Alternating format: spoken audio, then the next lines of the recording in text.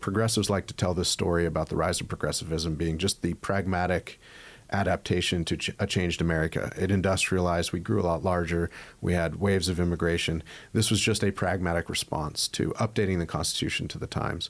Whereas from the very beginning, with Woodrow Wilson and other intellectuals, it was the first real explicit critique of constitutionalism as such.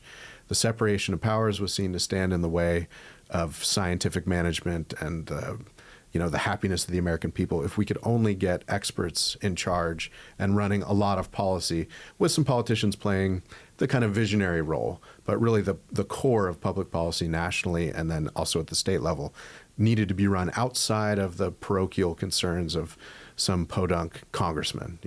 The scientific management of government was necessary because, under their own understanding, it was the only way we could really progress as a nation and bring happiness to the people. Now, the founders would have objected to that on the grounds that you can never really have neutral experts administering in the public good. They're always going to be self-interested. They're going to be subject to all the same passions that have been sort of grown up with mankind since the beginning of civilization. Power corrupts.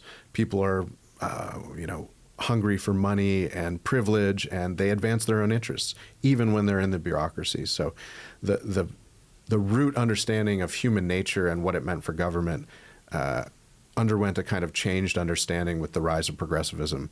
But we argue at Claremont, and I think you all do at Heritage too, that the fundamentals of human nature and the problem of government and the need to limit it and the problem of tyranny have not gone away.